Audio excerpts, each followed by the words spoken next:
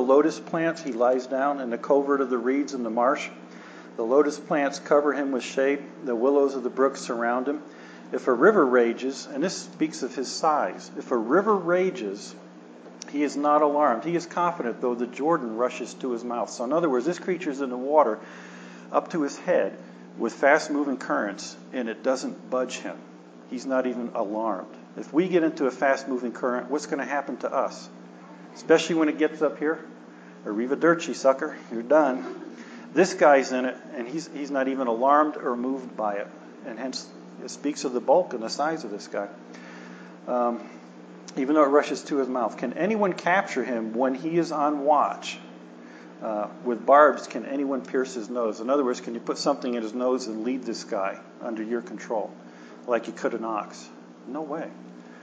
It does look like a description of a sauropod-type creature. And again, I can't prove it, but it sure looks like it. And one of the key points is he bends his tail like a cedar. Some Bible scholars have said that's a hippopotamus. Well, look at the cedar sticking out of the back end of this guy. Isn't that impressive? And then, okay, well, maybe it's not a hippopotamus because he does have just a little bitty coiled up tail back there. But, well, maybe it's an elephant. Look at that cedar waving in the wind there. He's got a tail that's like my arm. Now, if you saw my arm and you were describing something, would you describe my arm as a cedar tree? Okay, let's be real generous. My leg's a little bigger. Would you describe something the size of my leg as a cedar tree? Okay, Phil would. Let's cancel his membership and get him off the board. That's true. That's true. And I'm an accountant, so let's take it for what it's worth. If this creature was an elephant, it was a really weird-looking elephant. Okay? It had to have been. We found the missing link. I want you to take his membership away, too. Is that another Greek chicken? Yeah. That's right. That's right. Saying that this creature, I can't say that this creature was a sauropod, but, you know, based on what people believe these creatures behave like, it sure reads like one. It sure looks like one. And if you hadn't seen one, you probably wouldn't realize it, but having seen it, it fits. And it fits better than any other creature that's been known to exist on our planet. There is no other creature that fits that description quite as well as the sauropod. Yes, Christian?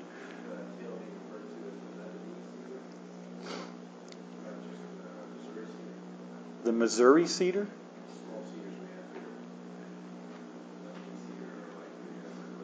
Well, they're big trees, yeah. Yeah. Job would be talking about the Lebanon cedars. Would you like privilege? Well, since it was written out in that area, it would certainly be referring to trees from that area. Yeah, that's a good point. I didn't realize it was a Missouri cedar. I don't think Job ever visited Missouri. I've been there. I don't know why he'd want to go to Missouri. Oh, you didn't hear me say that. Is there anybody from Missouri here? Rob's from... Okay. You're not going to take my picture back, are you, Rob? No. So we've gone through a couple of these questions. How old are dinosaur bones? Did dinosaurs and man live together? Now we're going to finish up real quickly on these other ones. Did dinosaurs go aboard the ark? This is what people conceive the ark to be like, but that is a bunch of heresy and baloney. It wasn't anything like that. And dinosaurs were not necessarily all that big. Now, you got a big sucker here on the Apatosaurus, but do you see the little guy, the Compsognathus up there? Do you see him? Yeah? Okay, everybody usually picks up. I thought I hit him better than that, but there's a little Compsognathus. He was actually about the size of a chicken. The average size of a dinosaur was that of a small pony, and they range from the size of a chicken up to these really big guys. Now, the ark was pretty big, as I'm sure everybody here knows, almost 450 feet long, 3 decks, 75 feet across, 44 feet tall. According to work that John Woodmarappy did, this thing had a total volume of almost 1,000,004 cubic feet. I'm willing to guess that's bigger than most of our houses, even all put together. It has equivalent storage capacity of 522 railroad cars. It could carry 125,000 sheep, which is a little bit bigger than a small pony. And the gross tonnage would have been about 14,000 tons. And the work that he did said that you'd have to put only about 18,000 species of land animals aboard this ark, which would only fill the thing about 2/3 full. So this thing had plenty of room to put all the creatures in it that would probably have to go in there. Keeping in mind the variation that comes across time from reproduction, you could have a lot more types of a creature today, a lot more types of dogs than existed back then. You could have put one type of dog on there, and through reproduction and genetic variation ended up with a lot of different types within the dog species. So you don't have to have every single creature on this earth in that ark in order to make this work. So if this thing's filled up 2/3 full with animals, he's got plenty of room for food in his own living quarters. I never really was concerned about where Noah lived in there. I'm sure God had plenty of room in there for everything that God sent him, keeping in mind that God sent the creatures to Noah, and then God shut the door at the end so Noah knew he had everything.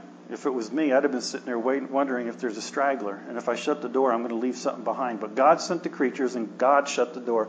Noah knew it was all taken care of. The ark was a huge barge, but the question comes up, okay, if dinosaurs went onto it, they were pretty big.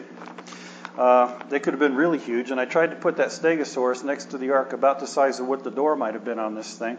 You might not even have fit some of these guys through the door on this ark. So how did God get dinosaurs into the ark since he sent the creatures? And what would have happened when these little T-Rexes turned their heads and see these tasty little morsels over here if the T-Rex was indeed the fierce, nasty, hungry predator that everybody makes him out to be? Now, I'm going to mention this because I'm hoping someone here has some information on this, because I was told this by 3 people. I haven't got anything in print to confirm it. Gary Parker was one who said he'd seen something and he never sent me the references on it. But the claim is that the teeth on these guys are so shallowly set in the jaw of the skull that the hydraulic pressure of this guy grabbing one of these sauropods by the neck and trying to kill him, let alone ripping raw flesh out of the body, would rip the teeth out of the skull. That's the claim.